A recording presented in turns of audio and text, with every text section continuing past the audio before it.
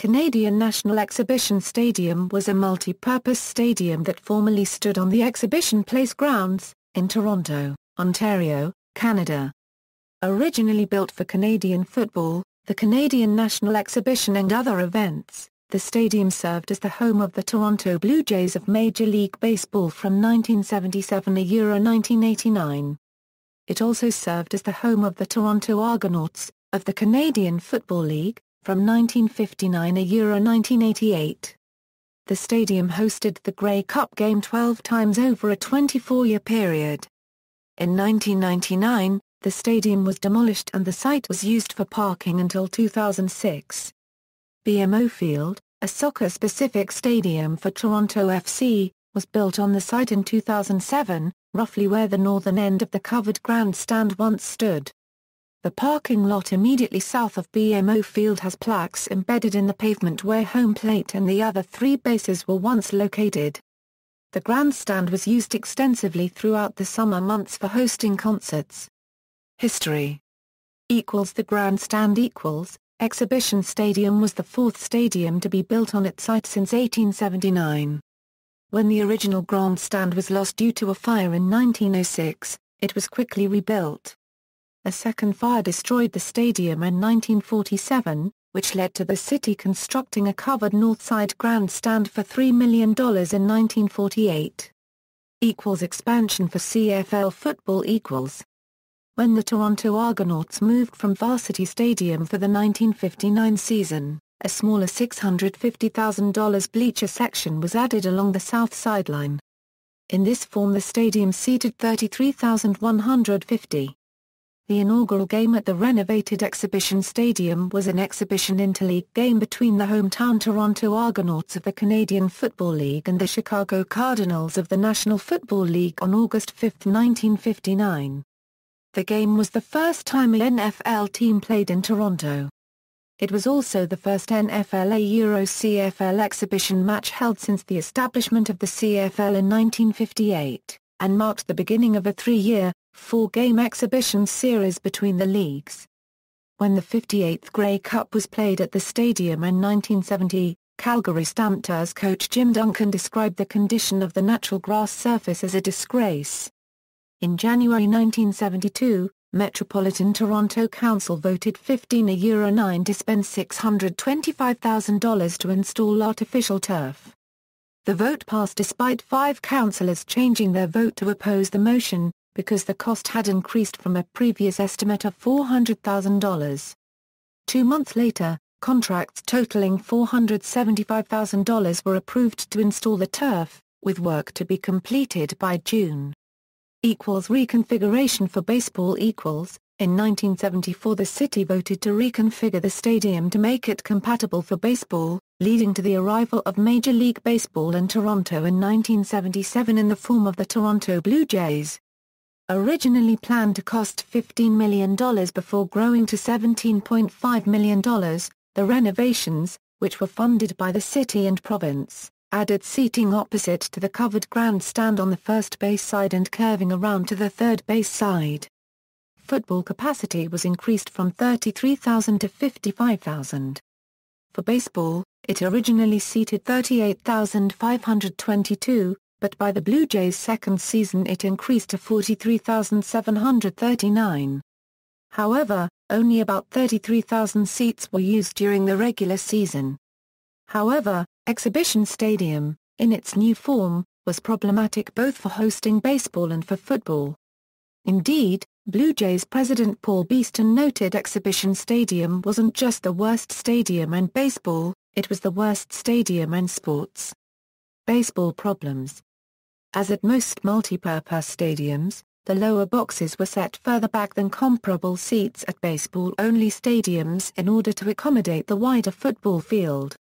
Compared to U.S. stadiums, this was magnified by the fact that Canadian football fields are considerably larger than American football fields.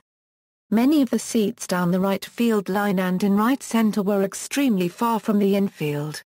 They actually faced each other rather than the action. In fact, Some seats were as far as 820 feet from home plate the greatest such distance of any stadium ever used as a principal home field in the major leagues. As the original grandstand was used for the outfield seats, these were the cheapest seats but were the only ones that offered protection from the elements. The Blue Jays were the only MLB team using such a stadium. Football problems. Because the full length of the third base line had to be fitted between the north stand and the new south stand, they could no longer be parallel to each other. As a compromise between placements suitable for the two stands, the football field was rotated anti-clockwise away from the north stand. Thus the only seats as close to the field as before were those near the eastern end zone, and no seats had as good a view of the whole field as the center field seats before the conversion. Problems with the wind and cold. Relatively close to Lake Ontario, the stadium was often quite cold at the beginning and end of the baseball season. The first Blue Jays game played there on April 7, 1977 was the only major league game ever played with the field covered entirely by snow. The Blue Jays had to borrow Maple Leaf Gardens Zamboni to clear off the field. Conditions at the stadium led to another odd incident that first year. On September 15, Baltimore Orioles manager Earl Weaver pulled his team off the field because he felt the bricks holding down the bullpen tarps were a hazard to his players. This garnered a win by forfeit for the Jays. It remains the last time in Major League Baseball history and the only time since 1914 that a team deliberately forfeited a game. An April 30, 1984 game against the Texas Rangers was postponed due to 60 mph winds. Prior to the game, Ranger manager Doug Radder named Jim Bibby as his starting pitcher, stating that he's the heaviest man in the world, and thus will be unaffected by the wind. However, Bibby would never make it to the mound. Two Rangers batters complained about dirt swirling in their eyes, and Blue Jays starting pitcher Jim Clancy was blown off balance several times. The umpires stopped the game after only 6 pitches. After a 30-minute delay, the game was called off. The stadium also occasionally had problems with fog, once causing a bizarre inside the park home run for Kelly Gruber, when an otherwise routine pop-up was lost by the outfielders in the thick fog. As a popular feeding ground for seagulls due to its position next to the lake, and the food disposed by baseball and football fans, the stadium was a popular feeding ground for seagulls. New York Yankees outfielder Dave Winfield was arrested on August 4, 1983 for killing a seagull with a baseball. Winfield had just finished his warm-up exercises in the 5th inning and threw a ball to the ball boy, striking a seagull in the head. The seagull died, and some claimed that Winfield hit the bird on purpose, which prompted Yankees manager Billy Martin to state they wouldn't say that if they'd seen the throws he had been making all year. It's the first time he's hit the cutoff man. The charges were later dropped. Winfield would later play for the Blue Jays, winning a World Series with the club in 1992. 70th Grey Cup and replacement. Exhibition Stadium's fate was sealed during the 70th Grey Cup in 1982, popularly known as the Rain Bowl, because it was played in a driving rainstorm that left most of the crowd drenched. Many of the seats were completely exposed to the elements, forcing thousands of fans to watch the game in the concession section. To make matters worse, the washrooms overflowed. In attendance that day was then Ontario Premier Bill Davis, and the poor conditions were seen by over 7,862,000 television viewers in Canada. The following day, at a rally at Toronto City Hall, tens of thousands of people who were there to see the Toronto Argonauts began to chant, "We want a dome. We want a dome." So too did others who began to discuss the possibility of an all-purpose, all-weather stadium. 7 months later, in June 1983, Premier Davis formally announced that a 3-person committee would look into the feasibility of building a domed stadium at Exhibition Place. The committee consisted of Paul Godfrey, Larry Grossman and former Ontario Hydro chairman Hugh Macaulay. By 1983, officials with Metro Toronto, the Blue Jays and Argonauts agreed to abandon Exhibition Stadium once a domed stadium could be built closer to Toronto's downtown, which would eventually become Sky Dome. Life following the opening of Sky Dome. Exhibition Stadium lay mostly dormant over the decade following the opening of Sky Dome, except for the occasional concert or minor sporting event. The World Wrestling Federation, needing a new venue after a decision to discontinue events at Maple Leaf Gardens in 1995, held one card at the stadium on August 24, 1996 for a crowd of 21,211. The main event was Shawn Michaels vs. Goldust in a ladder match. The stadium was demolished in 1999 and the site is now the location of BMO Field and a parking lot. A few chairs from the stadium can be found on the southeast corner just north of the bridge to Ontario Place's main entrance.